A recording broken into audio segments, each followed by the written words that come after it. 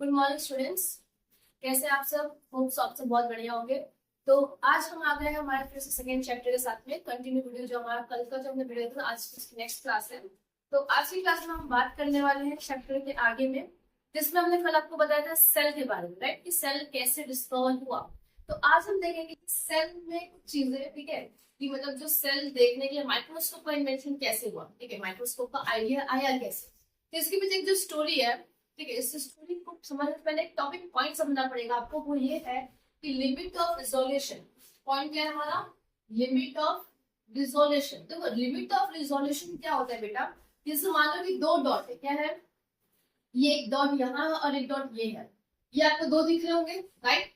जब तक इसको आप अपने आंखों के पास ले जाओगे, जब तक आपका आंखों का डिस्टेंस कितना है, 0.1 mm है, ठीक है, तब तक ये डॉट आपको क्या दिखेंगे? 0.2 दिखेंगे, ठीक है। लेकिन जैसे ही 0.1 mm से नजदीक आएगा तो ये डॉट क्या हो जाएंगे? एक सिंगल डॉट में आपको दिखने लगेगा। क्या दिखने लगेगा? एक सिंगल डॉट में दिखने लगेगा। तो यही है limit of resolution. Limit of resolution यानी कि ह्यूमन आई की एक पावर होता है, कैपेसिटी होता है, मैग्निफिकेशन होता है किसी चीज को क्लियरली देखने के लिए, राइट। तो वो ही पावर को हम बोलते हैं लिमिट ऑफ रेजोल्यूशन। तो ह्यूमन आई की मिनिमम लिमिट ऑफ रेजोल्यूशन क्या है? 0.1 mm, ठीक है। अब देखो 0.1 mm जो है, उससे छोटी चीज हम नहीं देख सकते, क्लियर। तो 0.1 mm से अगर छोटी कोई भी चीज होगी तो वो हमें नहीं दिखेगी, क्लियर। इतनी बात समझ में आ गई? वो हमारे लिए इनविजिबल है। तो बहुत सारे ऐसे माइक्रो ऑर्गेनिजम्स हैं, बहुत से ऐसे लिविंग ऑर्गेनिजम्स हैं जिनकी साइज माइक्रोमीटर में, ठीक है, जिनकी साइज किसमें? माइक्रोमीटर। माइक्रोमीटर मतलब आपके जो उनका साइज है वो बहुत ज्यादा ही छोटा है, एमएम से तो बहुत ज्यादा छोटा है, क्लियर। मतलब मान लो कि अगर 1 mm जो होता है हमारा, वो होता है इज इक्वल टू 1000 माइक्रोमीटर के बराबर होता है। बस समझ में, यानी 1 mm जो उसके ऊपर कितना माइक्रोमीटर हो जाएगा? 1000 माइक्रोमीटर ये हो जाएगा हमारा। बस समझ में आ गई? तो यानी जिसकी साइज है वो बहुत ज्यादा ही क्या है? छोटी है, वो हमें बिल्कुल अपने आप से देखने वाली नहीं है। तो इस चीज का सॉल्यूशन पाने के लिए साइंटिस्ट ने क्या निकाला? माइक्रोस्कोप। यानी जो माइक्रो ऑर्गेनिजम्स को देखे उन्हें हम क्या बोलते हैं? माइक्रोस्कोप। माइक्रोस्कोप का बेटा काम क्या है? कुछ छोटे छोटे माइक्रो ऑर्गेनिज्म यानी जो माइक्रो में है, इनका साइज किसमें है? माइक्रोज में है, उनको हम उसमें से देखेंगे, क्लियर। तो जो सबसे फर्स्ट जो सेल डिस्कवर करने वाले पर्सन थे उनका नाम था रॉबर्ट हुक, ठीक है। रॉबर्ट हुक 1655 में उन्होंने सेल को डिस्कवर किया था, ठीक है।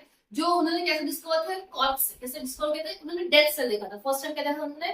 Dead cell. कॉर्क क्या होता है? जैसे आपने पेड़ देखा होगा, ट्रीज, ठीक है, ट्रीज के ऊपर में जो खाल होती है, ऊपर का जो बाल एरिया होता है, उसमें से उन्होंने क्या निकाला था? एक टिश्यू निकालकर, एक लेयर निकालकर उसको माइक्रोस्कोप में उन्होंने खुद से माइक्रोस्कोप बनाया था। फर्स्ट हैंडमेड माइक्रोस्कोप उन्होंने बनाया था। और उसके अंदर में उन्होंने क्या देखा था? कि एक सेल को देखा था, जिसका उन्होंने देखा कि वो सेल का जो शेप था वो कैसा था? एक हनी बी के कॉम जैसा। हनी बी के कॉम जैसे आपको 9th 8th स्टैंडर्ड में आपने पढ़ा हुआ है।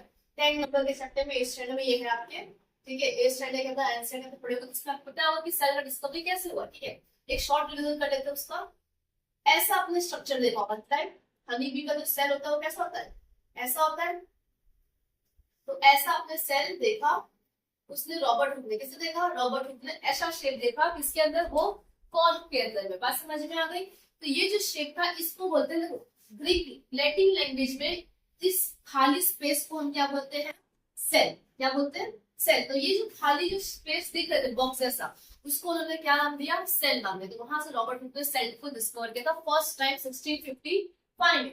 ओके, तो अब आज बात करेंगे हम स्ट्रक्चर ऑफ द सेल। क्या बात करने वाले हैं? स्ट्रक्चर ऑफ सेल की अगर बच्चा हम बात करें तो स्ट्रक्चर ऑफ सेल में पहला है वो है सेल मेम्ब्रेन। देखो सेल के अंदर बहुत सारे, जैसे हमारे बॉडी में अलग अलग पार्ट्स है ना, जैसे हमारे बॉडी पार्ट्स है वैसे सेल के क्या है? अलग अलग पार्ट्स है।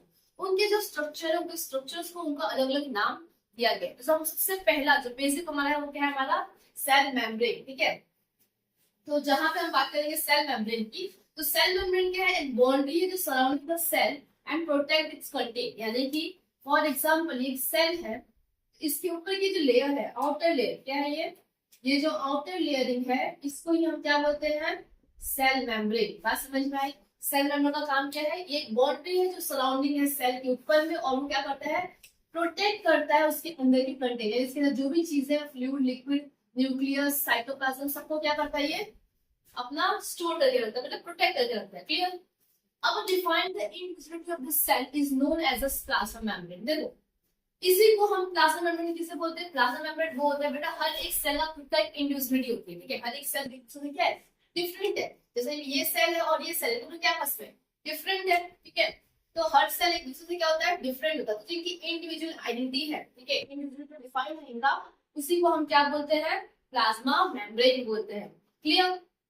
प्लाज्मा मेम्ब्रेन के बारे में भी आगे हम पढ़ेंगे। इसके अंदर कुछ चीजें हैं, जैसे कि अगर आपने एक छोटा प्रैक्टिकल है आपका, ठीक है, घर पे आपको भी करना है इसको, कि आप क्या करना कि 2 आलू लेना, ठीक है, देखो 2 या 3 आप जो भी आलू लेना वो ले लो, ठीक है, आपकी चॉइस। उसको अलग 3 अलग अलग बीकर्स में रखो या फिर 3 अलग ग्लास या जार में रखो उसको, ठीक है। एक सबसे पहला जो जार आप रखोगे उसके अंदर बहुत ज्यादा सॉल्ट रखोगे, एक में नॉर्मल वाटर रखना और एक में थोड़ा सॉल्ट या शुगर। देखो आप सिंपल चीज है, शुगर कंटेन लो, एक 3 बीकर रखा हमने, तीनों ऊपर आउला जब का वो है पोटेटो वो रखो। उसके अंदर में पहले वाले में नॉर्मल वाटर, क्या पहले में नॉर्मल वाटर, सेकेंड में आपको शुगर सॉल्यूशन बनाना है, ठीक है। वो कैसा होना चाहिए, थोड़ा कम शक्कर वाला, ठीक है। सेकंड थर्ड जो बनाएगा वो हाई कॉन्सेंट्रेट, मतलब उसमें शक्कर की मात्रा क्या होगी, ज्यादा होगी। और इस प्रैक्टिकल से आपको एक चीज देखने मिलेगा कि जो वाटर है वो तीनों आलू में जाने का जो कंडीशन है, जो तीनों आलू में जा रहा है, तीनों आलू में वाटर जो एब्जॉर्ब हो रहा है वो लेवल क्या है, डिफरेंट है। तो ये जो लेवल है, ये चीजें जो देखने आपको मिलती है, ये क्यों होता है। ऐसा सेम चीज हमारे सेल में भी होता है। किसमें होता है, हमारे बॉडी के सेल में। कई बार ऐसा हुआ है कि हम जो डेड बॉडीज आपने देखा कि पानी में जाती है तो क्या हो जाती है, फूल जाती है, ठीक है, राइट। तो वो ऐसा क्यों होता है, क्यों फूल जाती है, वो रीजन क्या है, क्योंकि वो पानी तो पी नहीं रहा है, मरने में तो आधी पानी नहीं पी रहा है, फिर कैसे उसकी बॉडी स्वेलो हो रही है, तो वो हो रहा है ऑस्मोसिस की वजह से। किसकी वजह से बेटा, ऑस्मोसिस। अब आप पूछोगे ऑस्मोसिस क्या होता है, देखो बेटा 2 चीज होते हैं, होता है ऑस्मोसिस, एक होता है डिफ्यूजन। हमारे सेल में 2 प्लाज्मा मेम्ब्रेन के अंदर फिजिकल एक्टिविटी हो रही होती है। ये कहाँ देखने को मिलेगा आपको, प्लाज्मा मेम्ब्रेन के अंदर में। प्लाज्मा मेम्ब्रेन के अंदर में 2 फिजिकल एक्टिविटी होती है। जो है फिजिकल एक्टिविटी वो एक हमारा ऑस्मोसिस और एक है डिफ्यूजन। ऑस्मोसिस क्या होता है बेटा, ऑस्मोसिस होता है a movement of a water.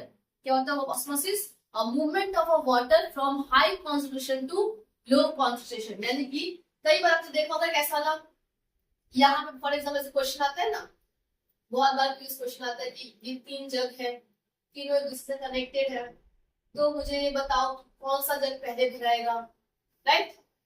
अगर यहाँ से मैं वाटर टैप ऑन करती हूँ, यहाँ से अगर वाटर फॉल हो रहा है तो कौन सा, ए बी या सी, कौन सा जार पहले भराएगा, सबसे पहले कौन सा फिलअप होगा। तो आप लोग क्या मोस्टली आंसर करते हो, ए, बट आंसर क्या होता है इसका, सी होता है। क्या रीजन है सी, क्योंकि देखो बेटा क्या होगा, जब ये वाटर यहाँ पर आएगा, जैसे वाटर कहाँ आएगा, इस लेवल पे आएगा, तो यहाँ से क्या करने लगेगा, मूव करने लगेगा। जैसे ये लेवल यहाँ बढ़ेगा वैसे कहाँ करेगा, मूव। अब देखो यहाँ पे क्या था, हाई कॉन्सेंट्रेशन, कैसा कॉन्सेंट्रेशन था, हाई कॉन्सेंट्रेशन, वो कहाँ गया, हाई से लो की तरफ गया, कहाँ गया, इसमें बिल्कुल खाली था पूरा, ये लो था। अब जैसे ये हाई हो गया तो ये कहाँ जाएगा, लो की तरफ। तो बस इसी प्रिंसिपल पे ये ऑस्मोसिस और डिफ्यूजन काम करते हैं। बात समझ में आया। ऑस्मोसिस में सिर्फ वाटर मॉलिक्यूल्स का मूवमेंट होगा, high concentration to low concentration. समझ में आया, यानी जब हाई कॉन्सेंट्रेशन होगा वहां से वो लो कॉन्सेंट्रेशन तक वो जाएगा। क्लियर। और डिफ्यूजन में क्या होता है, डिफ्यूजन में बेटा कई बार आपको सॉलिड भी है, लिक्विड भी है, गैस, तीनों पार्टिकल्स का मूवमेंट देखने को मिलेगा। बट बहुत रैपिड जो देखने को मिलता है वो मिलता है आपको गैस स्टेट, इसमें देखने मिलेगा। डिफ्यूजन बहुत रैपिड तरीके से अगर मूव करे तो कैसे मिलेगा आपका डिफ्यूजन में, वो गैस स्टेट में, ठीक है। गैस में क्या होगा, जैसे सेम चीज हमारा वाटर लेवल हो रहा है, मान लो किसी सेल में, ये जो सेल है, ठीक है, अब ये जो सेल के अंदर वो वाटर लेवल हाई है, क्या है, वाटर लेवल हाई, और बाहर सराउंडिंग में वाटर लेवल कम है, तो यहाँ से वाटर क्या होगा, बाहर की तरफ आएगा।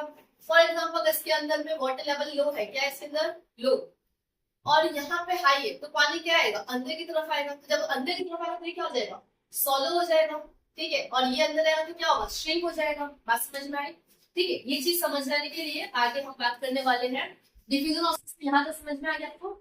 चलो आगे अब हम समझते हैं एक चीज, छोटी सी बात है जो हमारा ये टॉपिक के अंदर में प्लाज्मा मेम्ब्रेन के अंदर में ऑस्मोसिस और डिफ्यूजन को ज्यादा रेक्टिफाई करती है, ठीक है, आपको ज्यादा समझ में आएगा। वो है कॉन्सेंट्रेशन। क्या है, कॉन्सेंट्रेशन यानी सॉल्यूट है, क्या है, solute. Isotonic solution, hypotonic solution, hypotonic solution. देखो आइसोटोनिक, हाइपोटोनिक एंड हाइपरटोनिक, ये 3 तरीके के सॉल्यूशन सेल के साथ हो सकते हैं, मतलब 3 कंडीशंस किसी भी सेल बॉडी में हो सकता है। कोई भी नॉर्मल सेल है उसके पास 3 कंडीशन होता है। आइसोटोनिक क्या होता है बेटा, आइसोटोनिक में क्या होता है, जैसे कि मान लो कि ये जो सेल है, ये क्या है, हमने एक प्लेट रखा है, इस प्लेट पे जो सेल है वो इक्वल अमाउंट में, क्या है, इसमें मेरे कितने सेल है, 6, और इसमें मेरे कितने हैं, 6, ठीक है। अब देखो इसमें क्या होगा कि जो ये इसके अंदर जितना वाटर लेवल है, इसके अंदर जितना पानी प्रेजेंट है, जितना सराउंडिंग में पानी है उतना इस सेल के अंदर पानी है। बात समझ में आई? यानी कि जब सेल होता है, सेल के सराउंडिंग में जितना, जैसे कि ये मान लो बीकर रखा है, इसके अंदर सेल रखा है मैंने, क्लियर? इस सेल के अंदर में वाटर लेवल जितना परसेंट है उतना ही परसेंट वाटर क्या है, सराउंडिंग में है। ठीक है, उतना परसेंट कहाँ है हमारे सराउंडिंग में। इस सेल पे कोई इफेक्ट नहीं पड़ने वाला, ये सेल हमारा क्या आएगा, नॉर्मल रहेगा। वाटर सॉल्यूशन में डालने के बाद ये सेम रहेगा। इसको हम क्या बोलते हैं, the solute concentration of extra cell और cellulose is equals to solute concentration of intra cellulose. Extra means external, okay. External cellulose में जितना वाटर ऑफ सॉल्यूट है, जितना कॉन्सेंट्रेशन ऑफ सॉल्यूट है, उतना ही कितना है सेल के अंदर है। समझ में आया? यानी सेल के बाहर जो कॉन्सेंट्रेशन ऑफ सॉल्यूट है वो इक्वल है सेल के अंदर में। ऐसी कंडीशन को हम क्या बोलेंगे, आइसोटोनिक सॉल्यूशन। क्लियर? आगे है हाइपोटोनिक सॉल्यूशन। क्या है नेक्स्ट? हाइपोटोनिक सॉल्यूशन बेटा क्या होता है, देखो हाइपोटोनिक सॉल्यूशन में क्या होगा, थोड़ा सा डिफरेंस है। जो सेल के अंदर पानी की मात्रा यानी सॉल्यूट की मात्रा क्या है, ज्यादा है। सेल के अंदर में वाटर की मात्रा कैसी है, सॉल्यूट की मात्रा ज्यादा है, और उसके सराउंडिंग में उसकी मात्रा पानी की या सॉल्यूट की क्या है, कम है। क्लियर? जैसे कि एक कंडीशन हमारा है, यहाँ पे देखिए ये एक मैंने सेल बनाया, क्लियर? अब इसके सराउंडिंग में क्या है, इसके सराउंडिंग में वाटर की मात्रा क्या है बेटा, कम है, और इसके अंदर बहुत सारा वाटर है। क्या इसके अंदर बहुत ज्यादा वाटर है, और बाहर में क्या है, थोड़े बहुत वाटर है। क्लियर? तो क्या होगा, यहाँ से वाटर बाहर की तरफ जाएगा। क्या होगा, यहाँ से वाटर बाहर की, क्यों? क्योंकि ऑस्मोसिस क्या कहता है कि हाई कॉन्सेंट्रेशन से कहाँ जाना है, लो कॉन्सेंट्रेशन में। तो अब इसका क्या नतीजा होगा, अब ये क्या है, पानी से भरा हुआ था, जब इसमें से पानी बाहर आने लगा तो नेक्स्ट केस में हम क्या देखोगे कि सराउंडिंग में वाटर क्या हो गया, ज्यादा हो गया जितना उसको चाहिए था, और सेल कैसा हो गया हमारा, छोटा हो गया।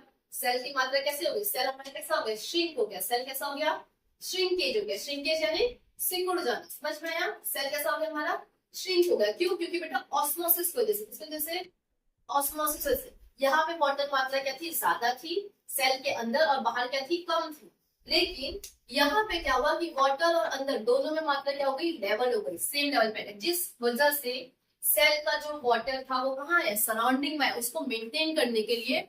और सेल कैसा दिखा आपको, श्रिंकेज में। ठीक है, इसी को बोलते हैं हम हाइपोटोनिक सॉल्यूशन। क्लियर? हाइपोटोनिक का एग्जैक्ट अपोजिट क्या है, सेम टू सेम है बट थोड़ा सा डिफरेंस है। ठीक है, जैसे इसमें सेल में से बाहर आ रहा है ना, उसमें क्या होगा, सराउंडिंग से बाहर आएगा। क्या आएगा, सराउंडिंग से कहा जाएगा, सेल के अंदर। इसमें आपको स्टार्ट में क्वेश्चन पूछा था कि कोई डेड बॉडी अगर है वो पानी में जाते ही क्या हो जाती है, फूल जाती है। क्यों फूल जाती है, ड्यू टू ऑस्मोसिस। कौन सा कंडीशन वजह से, हाइपरटोनिक। क्यों? क्योंकि देखो नदी में पानी क्या होता है, समुद्र में नदी में पानी क्या होता है, ज्यादा होता है। हमारे शरीर के अंदर पानी के लेवल क्या है, कम है। तो यहाँ पे देखो solute of concentration of extra cellulose, यानी कि बाहर पे जो पानी सराउंडिंग में, सेल के बाहर में पानी यानी सॉल्यूट की मात्रा क्या है, ज्यादा है, और सेल के अंदर जो वाटर लेवल है वो क्या है, कम है, जिस वजह से हाइपरटोनिक सॉल्यूशन देखने को मिलता है। यानी हाइपरटोनिक कंडीशन आपको देखने को मिलेगा। यानी कि सिंपल सी बात है, अगर एक सेल है जो छोटा सा है, मतलब उसमें ज्यादा पानी की मात्रा नहीं है, वाटर सॉल्यूट कैसा है, कम है, और सराउंडिंग बहुत सारा सॉल्यूट है। क्या है, बहुत सारा सॉल्यूट है। तो नेक्स्ट कंडीशन आपको क्या देखने मिलेगा कि जो सेल है वो क्या हो गया, सॉलो अप हो गया। पहले तो उसकी साइज क्या हो गई, बढ़ गई, राइट? उसके अंदर क्या आ गया, वाटर लेवल बाहर से, सराउंडिंग से क्या हुआ, वाटर अंदर की तरफ आया। वाटर यहाँ से कहाँ गया, अंदर की तरफ। तो ये क्या हो गया, सॉलो हो गया, फूल गया। बात समझ में आई? यहाँ तक क्लियर हो गया सबको? ठीक है, एक बार से फिर से समझ लो। हमने क्या क्या पढ़ा, लिमिट ऑफ रिजोल्यूशन, हमारी ह्यूमन आईडी कितनी है, 0.1 mm है। स्ट्रक्चर ऑफ सेल क्या है, सेल मेम्ब्रेन जो bonded at surrounding the cell and protect its content. Clear? उसके बाद में हमने प्लाज्मा मेम्ब्रेन पढ़ा। प्लाज्मा मेम्ब्रेन पढ़ा कि फिजिकल एक्टिविटी होती है जो है ऑस्मोसिस और डिफ्यूजन। ऑस्मोसिस और डिफ्यूजन के अंदर में तीन तरीके के सॉल्यूशन देखने मिले हमें, तीन कंडीशंस मिली, आइसोटोनिक, हाइपरटोनिक और हाइपोटोनिक। क्लियर? आइसोटोनिक क्या होता है, जितनी मात्रा सॉल्यूट, जितना सॉल्यूट का कॉन्सेंट्रेशन सेल के अंदर उतना ही बाहर है।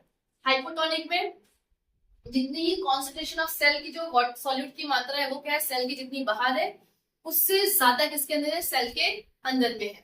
और हाइपरटोनिक में क्या होगा, कॉन्सेंट्रेशन ऑफ सॉल्यूट वो एक्सटर्नल यानी सेल के बाहर में क्या है, ज्यादा है, और सेल के अंदर में कम है। ठीक है, तो आज के वीडियो में आपके आज की क्लास में इतना ही होगा। नेक्स्ट क्लास में हम आगे बात करेंगे सेल के स्ट्रक्चर्स के ऊपर नहीं, नेक्स्ट जो हमारा अगला जो इसका स्ट्रक्चर होगा उसमें। ठीक है, तो आज के लिए थैंक यू।